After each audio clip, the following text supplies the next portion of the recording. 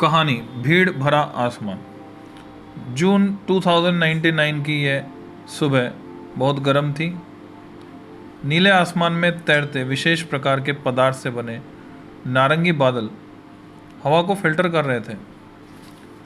आसमान में कुछ ऊंचाई पर ड्रोन तथा डिस्क नुमा स्वचालित गाड़ियां मंडरा रही थीं। इन्हीं के बीच कुछ लोग कमर में एंटी ग्रेविटी बेल्ट बांधे उड़ रहे थे।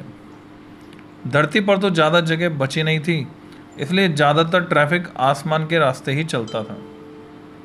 100वीं मंजिल के अपने छोटे से फ्लैट की बालकनी में खड़ी शुभी किसी सोच में डूबी थी।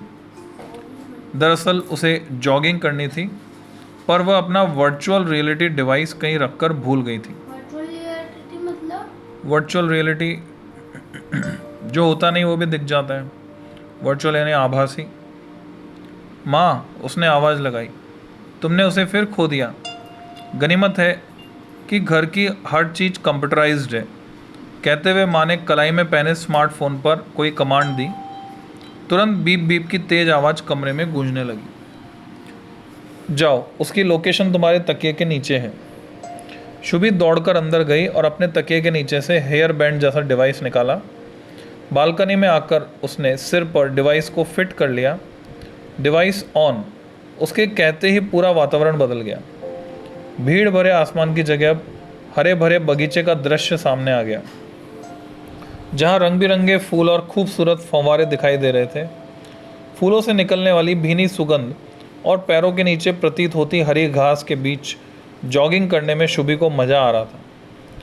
शुभी, मैं काम पर जा रही हूँ, तुम नाश्ता करके पढ़ लेना। कमर में एंटी ग्रेविटी बेल्ट पहनकर माँ तैयार खड़ी थी। अपनी ड्रेस पर वह सुंदर सी जैकेट कसकर बांध रही थी। दरअसल यह विशेष प्रकार की थर्मो कंट्रोल जैकेट थी। इसमें लगी बैटरी और अंदर फैले पतले तारों के जाल द्वारा यह तापमान को नियंत्रित करती थी।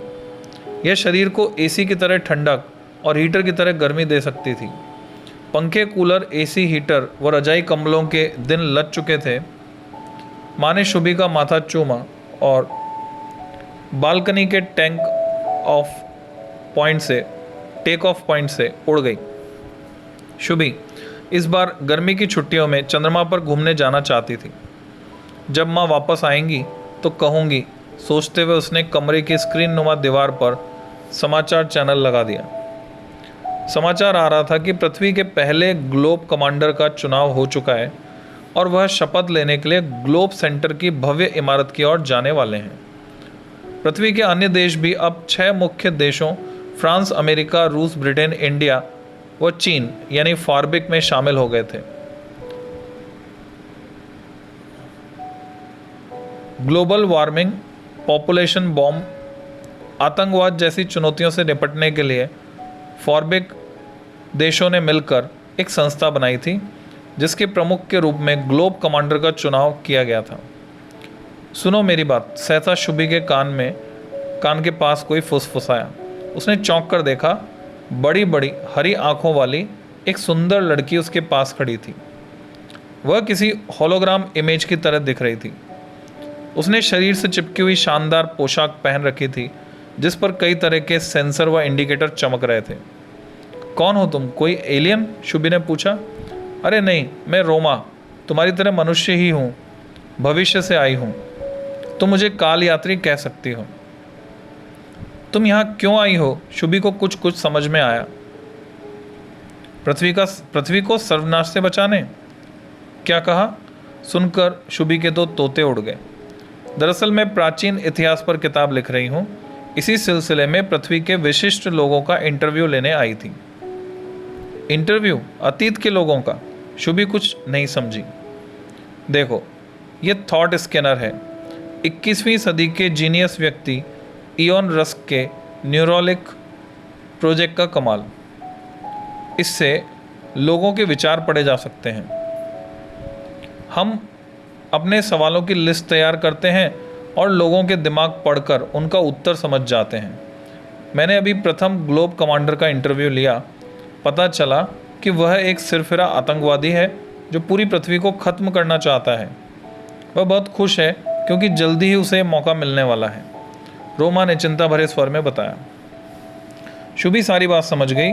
शपथ लेने के साथ ही ग्लोब कमांडर को परमाणु हथियारों के कंट्रोल बटन का कोड सौंपा जाने वाला था।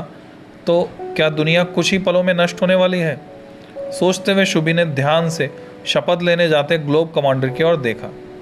उनके दाएं कान पर छोटा सा मस्सा दिखाई दे रहा था, जबकि पिछले दृश्यों में यह नहीं था। कुछ तो गड़बड़ थी। मेरी माँ ग्लोब कमांडर के सुरक्षा दस्ते की चीफ कमांडो है, वह जरूर कुछ कर सकती है। सोचते हुए कांपते हाथ से शुभी ने माँ का नंबर मिलाकर मस्से वाली बात बताई। तत्काल ग्लोब सेंटर में अफरा तफरी फैल गई। ग्लोब कमांडर को वहां से हटाकर गुप्त स्थान पर ले जाया गया। शपथ समारोह स्थगित करके पूरे शहर में रेड अलर्ट जारी कर दिया गया। तुम्हें यह बात मुझसे पहले माँ को बतानी चाहिए थी। शुभी अब भी उलझन में थी। मैंने कोशिश की थी पर वह सुन नहीं सकी।